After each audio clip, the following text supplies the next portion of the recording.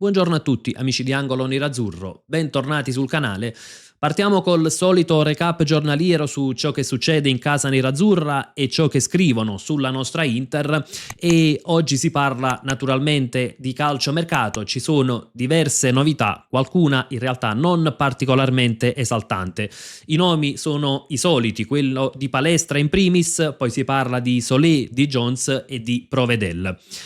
Prima di andare a vedere tutte le ultime novità e commentare insieme quelli che sono gli aggiornamenti di calciomercato, io vi ricordo anche un bel like al video e l'iscrizione al canale se volete supportare con due semplicissimi click.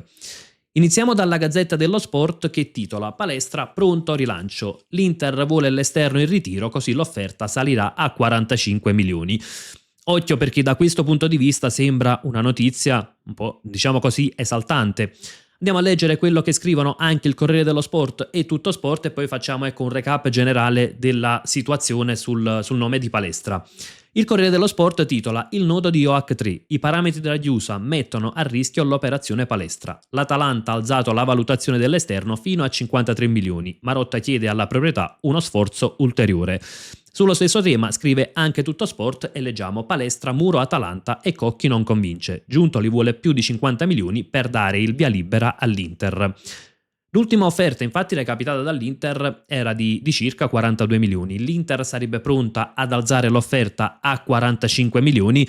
Il punto è che non sarebbe sufficiente per convincere l'Atalanta, che continua a chiedere una cifra superiore a 50 milioni. Anzi, ieri Sky Sport riportava che la richiesta dell'Atalanta è salita fino a 55 milioni e non sarebbe disposta ad accettare contropartite. Quindi il nome di Cocchi non scalda particolarmente l'ambiente bergamasco ed in ogni caso sarebbe un affare slegato da Palestra. Quindi significa che l'Inter deve fare un'offerta cash superiore a 50 milioni per andare a prendere l'esterno che lo scorso anno è stato in prestito al Cagliari.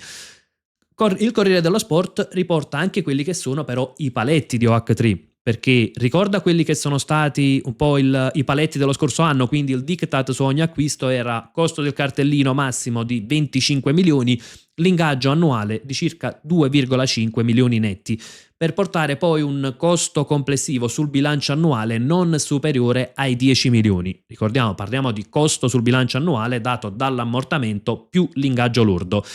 Lo scorso anno ci sono state delle eccezioni rappresentate dalle offerte per Koné e per Lookman, però erano sempre offerte che non superavano i 40 milioni. E quindi anche in questo caso diciamo che è un po' quella la soglia massima a cui si sta spingendo l'Inter, un'offerta da circa 45 milioni che però non è sufficiente e sappiamo quanto è difficile trattare con l'Atalanta. Per esempio la Gazzetta dello Sport sottolinea anche la volontà di Palestra, che al momento ha messo l'Inter in cima alle sue preferenze, però insomma tante volte la volontà del calciatore non è determinante con l'Atalanta, lo abbiamo visto lo scorso anno anche con Lookman e ancora una volta l'Atalanta fa un po' un gioco al rialzo perché sa che ci sono altre pretendenti per Palestra, sa che possono arrivare delle offerte dalla Premier League, c'è il City che non ha ancora mosso passi ufficiali, però insomma che apprezza Palestra e non sarebbe l'unica squadra e quindi chiaramente l'Atalanta ha il vantaggio di prendere tempo, provare ad alzare l'asticella, provare a creare un'asta. Il punto qual è? Difficile che l'Inter possa tra virgolette rincorrere l'Atalanta in questo gioco al rialzo e sarebbe tra l'altro anche un po' controproducente perché si parte da una valutazione, poi si passa alla diciamo il prezzo fatto dall'Atalanta di 50 milioni più bonus, adesso addirittura starebbe aumentando questo prezzo. Chiaro che è un affare che va definito nel giro di poco tempo, anche perché col passare del tempo possono arrivare delle offerte dalla Premier, la Premier non avrebbe problemi ad accontentare l'Atalanta e occhio perché lo stesso Palestra preferisce sì rimanere in Italia, preferisce l'Inter, però insomma arriva il Newcastle, in realtà è già arrivato, lo ha rifiutato, ma nel momento in cui dovessero arrivare le big della Premier, il Manchester City su tutte, ma insomma anche per fare un esempio se dovesse arrivare un Arsenal, un Liverpool, è chiaro che l'idea di Palestra potrebbe cambiare e sono squadre che potrebbero convincere il giocatore anche aumentando di molto l'offerta sull'ingaggio. Io capisco anche che ci si possa dare un limite, quindi di non voler arrivare a 55 milioni, perché per quanto sia un calciatore tecnicamente molto valido, sappiamo che quelle sono cifre che solitamente vengono spese per top player già affermati. Palestra ha un grandissimo potenziale, io penso che diventerà un top player, ma ad oggi non possiamo ancora considerarlo tale, perché ha fatto un anno positivo al Cagliari, perché è un calciatore di 21 anni che comunque, per quanto ha delle caratteristiche che potrebbero, ecco, fare molto comode all'Inter, per quanto ha caratteristiche, ha una posizione in campo che sarebbe ideale probabilmente nel 3-5-2 di Christian Chivu, però chiaramente cambia il contesto ambientale, ovviamente le pressioni sono diverse a San Siro rispetto a Cagliari, cambia anche il contesto tattico, perché è vero che verrebbe comunque a fare il quinto, però è chiaro che sono due modi di sviluppare due sistemi di gioco molto diversi nell'attuazione, perché il Cagliari chiaramente è una squadra che giocava più di contropiede, l'Inter passa gran parte del tempo nella metà campo avversaria per dominare le partite e quindi chiaramente una piccola percentuale di rischio c'è, cosa che deve far valutare bene l'investimento. Con questo non intendo dire che ho dubbi sulle qualità tecniche di Palestra, perché io sono convintissimo che sarebbe un gran valore aggiunto e spero comunque che possa arrivare, ma è soltanto per sottolineare che un prezzo di 55 milioni mi sembra un tantino esagerato per Palestra. Ecco, secondo me il prezzo ideale potrebbe essere quello, 42-45 milioni, eventualmente aggiungendo qualche bonus non scontato,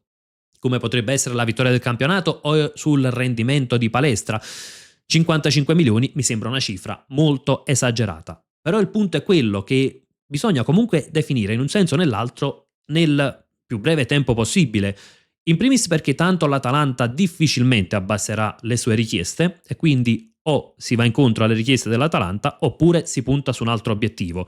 E poi perché anche volendo andare incontro, ma aumentare pian piano l'offerta, tergiversare, prendere delle settimane, porta poi ad arrivare sul calciatore anche la concorrenza e naturalmente poi a complicare il tutto, a creare un'asta che l'Inter non ha il potere di permettersi, ecco, non può permettersi un'asta contro un club della Premier League, per dire, e poi tra l'altro significherebbe pagarlo ancora di più, ovviamente sarebbe una cifra assolutamente esagerata. E il tempo, insomma, per definire l'affare, anche se dovesse essere con esito negativo, è determinante poi per individuare un piano B. Ieri, per esempio, Sky Sport aveva riportato il nome di Cambiaso. Io dubito che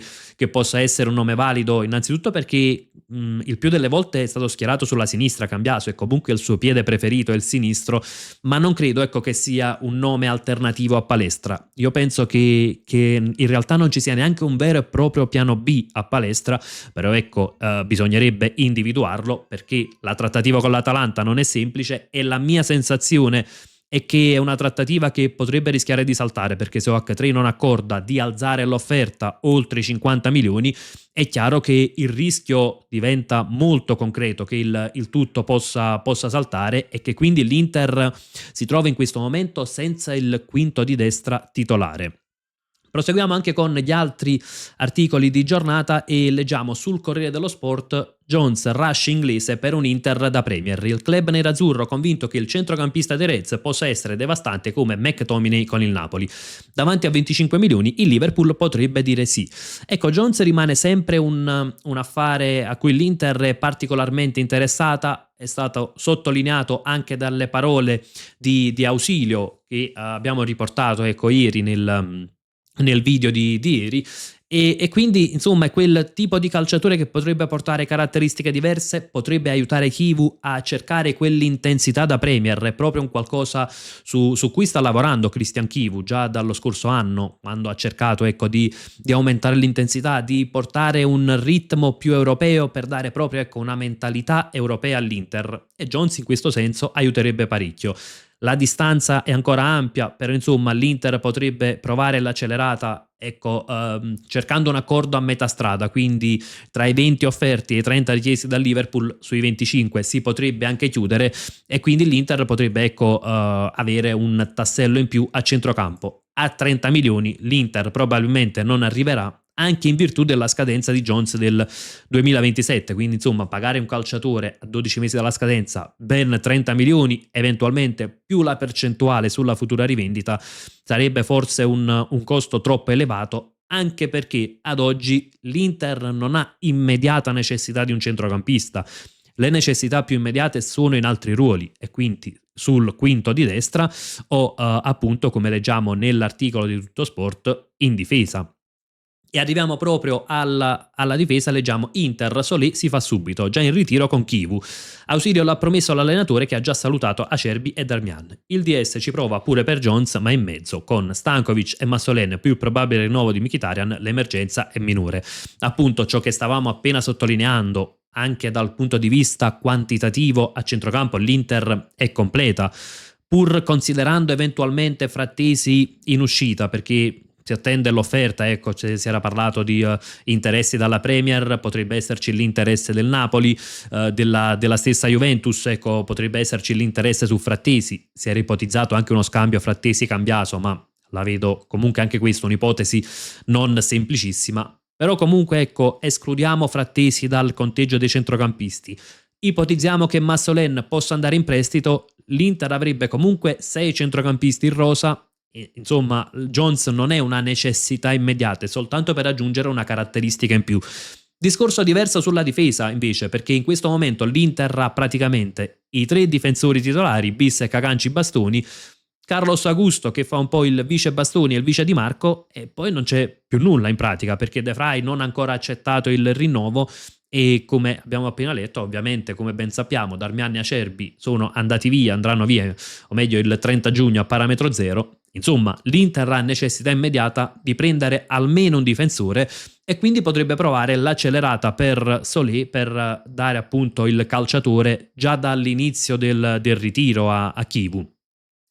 L'ingaggio sarebbe di 2,5 milioni e l'accordo con l'Udinese è di circa 25 milioni complessivi tra prestito oneroso e obbligo di riscatto. Però insomma questa è un'operazione che secondo me è molto più semplice rispetto a quella per Palestra, perché rientra nei budget di OH3, ecco, nei paletti di OH3, perché magari è un costo anche più basso, perché con l'Udinese forse è anche un tantino più semplice da trattare. Quindi insomma su Solé io mi aspetto un'accelerata nel giro di qualche giorno e penso che sarà un innesto per l'Inter. Discorso diverso ovviamente per Palestra, dove il costo è altissimo, va oltre quello che è un po' il limite massimo dell'Inter e secondo me lì bisogna trovare delle alternative che potrebbero essere anche un tipo di calciatore leggermente diverso, un calciatore da cercare, ecco, insomma, in Europa. Per esempio io avevo fatto il nome di Calaili, di Red, ma insomma ci sono tante secondo me alternative e soprattutto ciò che mi preme sottolineare tornando al nome di Palestra è che è vero che è un calciatore tecnicamente validissimo,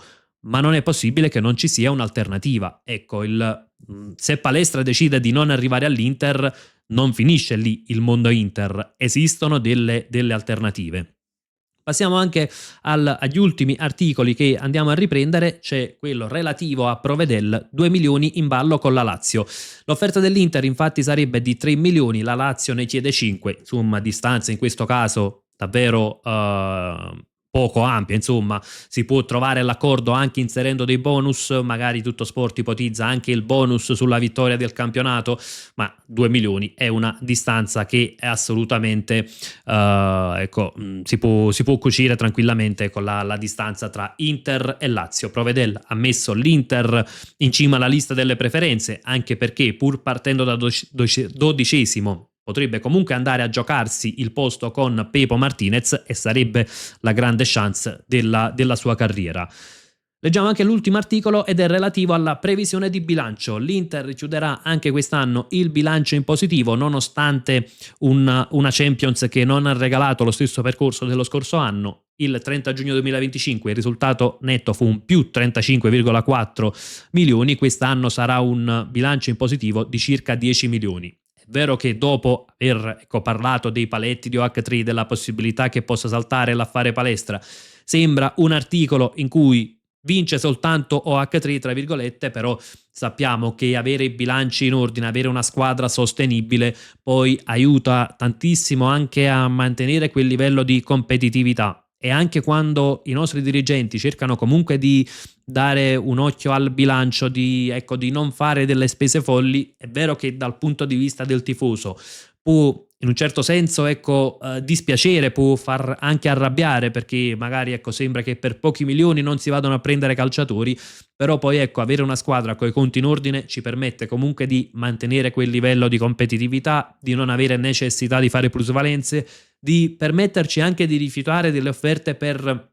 i nostri calciatori e poter fare il prezzo, come per esempio lo è stato per Bastoni, dove l'Inter era ferma sul prezzo di 70 milioni, il Barcellona arrivava a 50-55, praticamente non se n'è fatto nulla, perché l'Inter ha il potere anche di rifiutare un'offerta da 50-60 milioni, cosa che ecco, forse il Barcellona a 60 non arrivava neanche, però insomma l'Inter ha il potere di rifiutare anche offerte importanti se non sono congrue con la sua valutazione, cosa che nell'era Zhang ad un certo punto era molto complicato fare. Aspetto anche le vostre considerazioni nei commenti, sia sul nome di Palestra, sia su quelli di Solé, Jones, di Provedel. Insomma, cosa ne pensate delle ultime situazioni di mercato? Se secondo voi, ecco, l'Inter alla fine riuscirà a prendere Palestra oppure c'è bisogno di un'alternativa? In quel caso anche quale sarebbe il nome che vi piacerebbe vedere in nerazzurro? Insomma, come al solito, confrontiamoci su tutto ciò che riguarda la nostra Inter e come sempre io vi lascio proprio con un gran bel Forza Inter.